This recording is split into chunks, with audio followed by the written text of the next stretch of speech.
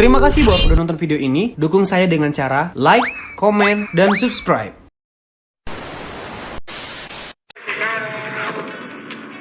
Lopez on pole position in the Moto2 class, not quite able to make a fast start off the line. Fermanagh was able to take the whole shot and lead the early stage of this race. Lucas Tulovic able to make progress up into second spot, but Tulovic on the number 3 machine immediately started to fall backwards.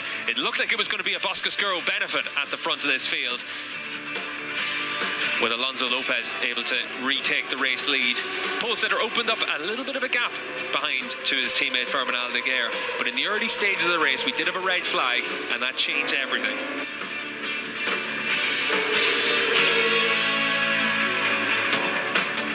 Red flag was for Leon Orges' crash, and when we resumed, the riders had an opportunity to see who could make some improvements compared to the initial start. Fermanagh was the rider that made the biggest step forward. After struggling a little bit in the initial stages of the early race, he was able to move himself up into second position and then try and close up on his teammate Alonso Lopez.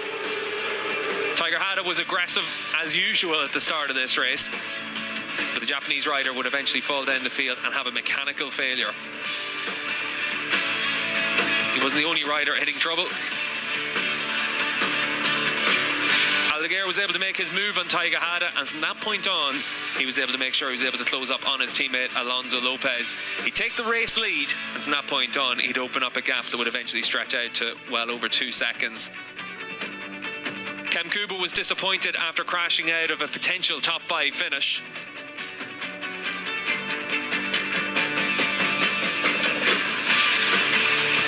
This was Tiger Hada retiring from the race, and a potential top 5 finish for him as well. But Fermanagh able to come away with 25 points once again in the Moto2 European Championship. 3 wins out of 3 for the young Spaniard.